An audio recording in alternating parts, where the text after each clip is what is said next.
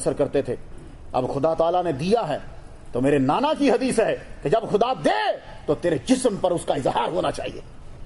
تو آپ نے فرمایا کہ پھر بھی تو دیکھ, تیری تسلی کے لیے آپ نے یوں اپنا جبہ ہٹایا تو نیچے انہوں نے وہی اونی جبہ پہنا ہوا تھا, وہ پرانا. کہنے لگے دیکھ ہم نے اپنے جبے کو چھوڑا نہیں ہے, یہ ہم نے خدا کے لیے پہنا ہے, یہ تم لوگوں کے لیے پہنا ہے, کیونکہ تم لوگ کپڑوں کی بڑی قدر کرتے ہو, بندوں کو نہیں دیکھتے. یہ میں نے عوام کے لیے پہنا ہے, خدا کے لیے میں نے یہی پہنا ہے جو میرے اندر ہے. اللہ اکبر جل شانہ. تو امام جعفر صادق علیہ السلام, آپ نے, اب ٹائم بہت شارٹ ہے, ہمیں نماز سے پہلے سب ختم کرنا, ورنہ میں آپ کو بتاتا کہ یہ بھی جو زمین کی گردش ہے یہ 1207 سال پہلے انہوں نے بتایا کہ کیسے ہوتی. اور یہ جو ابھی تم جان رہے ہو کہ دنیا مادہ سے بنی ہے, اور یہ کبھی کم اور مادہ کی کمی اور زیادتی کی وجہ سے جو ہے وہ مختلف چیزیں بنتی, یہ سارے تصور حضرت امام جعفر صادق کے اسکول کے اندر پڑھائے جاتے تھے. یہ اس کی گردش جو ہے سورج کی اور زمین, یہ سب بتلائے جاتے تھے کتنے ہوتے ہیں, اور سورج جو ہے وہ کتنے مدار میں ٹھہرتا ہے اور کیسے حرکت کرتا ہے. یہ آپ ساری چیزیں بتلایا کرتے تھے اپنے شاگردوں کو. حضرت امام جعفر صادق, طریقہ کار آپ کا کیا ہوتا ہے جب اللہ تعالیٰ دیتا ہے کسی کو, اور اگر کسی شخص کے پاس علم ہو, دولت بھی ہو اور خاندان بھی ہو, پھر عاجزی ہو, تو بڑا مزہ آتا ہے. یہ تین چیزیں آدمی کو تباہ کرتی ہیں. آپ نے دیکھا نا بڑے بندے پھر رہے ہوتے ہیں, ہمارے ابا و اجداد یہ تھے, تو کیا بھائی, چھوڑ اپنے ابا کو, تو کیا, تو بتا تو کیا ہے, تیرے ابا تو گزر گئے چلے گئے, تو بتا تو کیا ہے. باپ کا یہ عالم ہے کہ باپ امام باقر, ان کے باپ زین العابدین, ان کے باپ امام حسین, ان کے باپ مولا علی شیر خدا. نسب کا یہ عالم ہے, اور علم کا یہ عالم ہے کہ دنیا ابھی بھی مانتی ہے. ایک صاحب نے ان کو سپر مین قرار دیا ہے پوری دنیا کا. علم کا یہ عالم ہے. اور اللہ تعالیٰ نے دولت بھی آپ کو دی, تو دولت جب دی تو اب ذرا امام جعفر صادق دولت کیسے تقسیم کرتے. شام کے ٹائم ان کے ابا کا طریقہ یہ تھا, اور ان کا بھی, رات جب ہو جاتی لوگ سو جاتے تو یہ مدینہ شریف میں کیا کرتے, گھر کے اندر سے گوشت پکاتے, روٹیاں لیتے, ان کو باندھ کے اپنے سر پہ رکھتے اور چہرے پہ نقاب ڈال دیتے. نقاب ڈال کے ان کو پتا ہوتا تھا کس آدمی نے روٹی نہیں کھائی فلاں دن سے, اور کون غریب آدمی ہے کہ جس نے کھانا نہیں کھایا. تو امام باقر جو امام جعفر صادق کے ابا تھے, رات کو نکلتے اور چہرے پہ نقاب ڈال کر خاموشی کے ساتھ اس کے گھر میں روٹی اور گوشت چھوڑ آتے اور فرماتے یہ کھا لو. وہ پوچھتا رہ جاتا تو کون ہے, آواز کو کچھ اس طریقے سے ادا کرتے کہ اسے سمجھ نہ آتی کہ کون ہے. اسی طرح امام جعفر صادق رضی اللہ تعالیٰ عنہ کا طریقہ تھا, رات کو نکلتے, آپ کو تو مدینہ جانتا تھا, چہرے پہ نقاب اوڑھتے, نقاب اوڑھ کے رات کی طریقے کے اندر وہ بوڑھے بندے جن کو کھانا نہیں دیتے, گھر میں کوئی نہیں, وہ غریب و یتیم, ان کے ہاں کھانا چھوڑ آتے. وہ تو عقدہ بعد میں کھلا جب آپ دنیا سے تشریف لے گئے. یہ ہے امام جعفر صادق رضی اللہ تعالیٰ عنہ کا طریقہ. تو خواتین و حضرات, یہ ہیں وہ ہستی. میں نے بڑا مختصر سا جو ہے وہ واقعہ آپ کی نظر کیا ہے. بادشاہ آپ سے بڑا ڈرا کرتے تھے. اس وقت منصور عباسی کی حکومت تھی. منصور عباسی نے بارہا آپ سے, اس کا دل وہ چاہتا تھا میں انہیں قتل کر دوں, لیکن اس کا بس نہیں چلتا تھا, کہ اسے ڈر تھا کہ میں نے اگر ان کو قتل کیا تو میری حکومت تباہ ہو جائے گی. اب وہ بہانے سے بلایا کرتا تھا. ایک مرتبہ منصور عباسی نے کہا جو ہی میں امام جعفر صادق کو بلاؤں, میرے دربار میں داخل ہو, تو جلاد کو کہہ دیا کہ یہ داخل ہوتے ساری اس کی گردن اڑا دینا, تو کیس تو میرے یہاں چلے گا نا, میں چھوڑ دوں گا تجھے.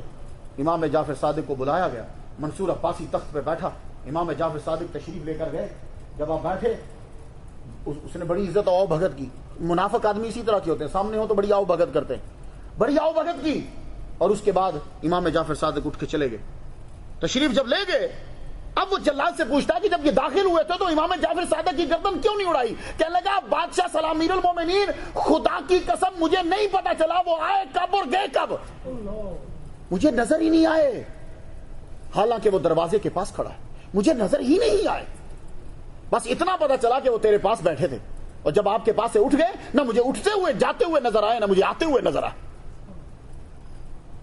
پر ایک مرتبہ کسی نے ان کو, جاسوس نے غلط بیانی کی. اسی لیے جب بھی کبھی تمہیں کوئی کسی کے بارے میں بات بتائے, اس بات کی خود تحقیق کرو, اس کی سن کر کبھی یقین نہ کرنا. دنیا تباہ ہوئی ہے تو صرف اسی وجہ سے. اور قرآن مجید نے بھی کہا, اور حضور کو اللہ تعالیٰ نے ڈائریکٹ کہا, جب تیرے پاس کوئی خبر لے کر آئے تو اس خبر کی تصدیق کر, ایسا نہ ہو کہ بعد میں تمہیں ندامت اٹھانی پڑے. کبھی بھی کسی کی بات نہ مانا کرو جب تک کہ اس کی تحقیق نہ خود سے کر لو. بڑا فرق نظر آتا ہے.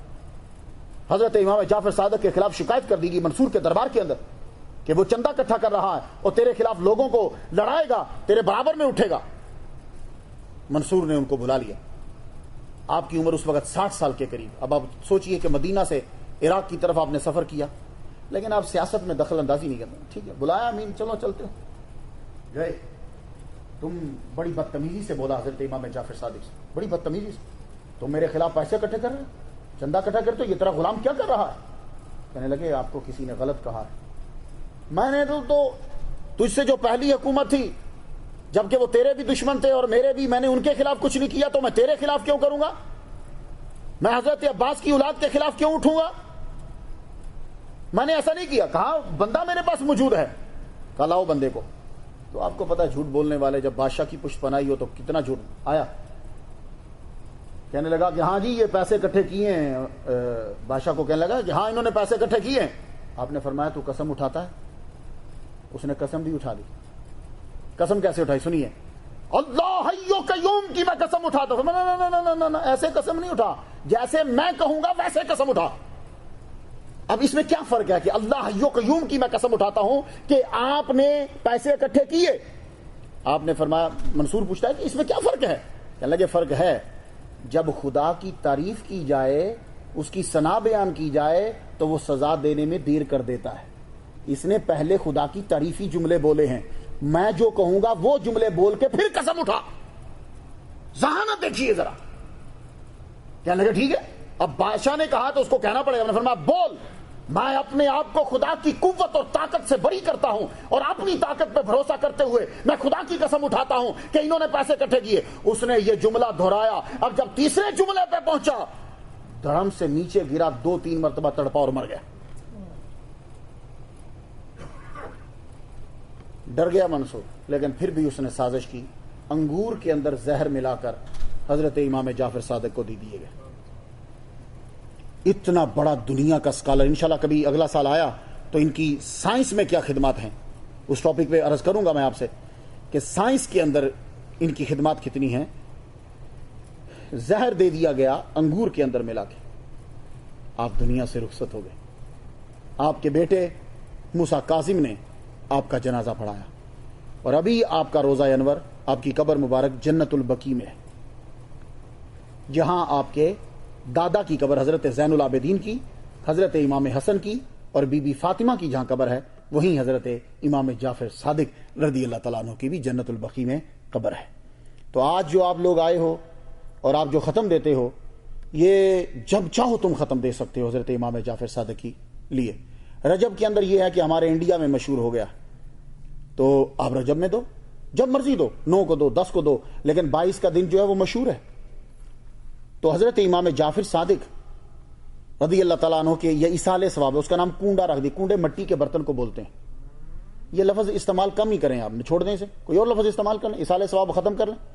لیکن برکت دیکھیے، رد المختار کے اندر یہ حدیث مبارکہ ہے کہ جس کے گھر کے اندر مٹی کا برتن ہوتا ہے، فرشتے اس گھر کی زیارت کرنے کے لیے آتے ہیں۔ امام جعفر صادق کا ایک احسان تم پر ہے کہ جب تم گونڈے کرتے ہو تو وہ مٹی کا برتن تمہیں لینا پڑتا ہے، تو وہ مٹی کے برتن میں تم کرتے ہو، تو اس ولی کامل کے صدقے سے تمہارے گھر میں جب مٹی کا برتن آ جاتا ہے تو فرشتے تمہارے گھر کی زیارت کرنے کے لیے آ جاتے ہیں۔ تو پتا چلا کہ یہ کام بھی ایسا نہیں ہے کہ جو بے فائدہ ہے۔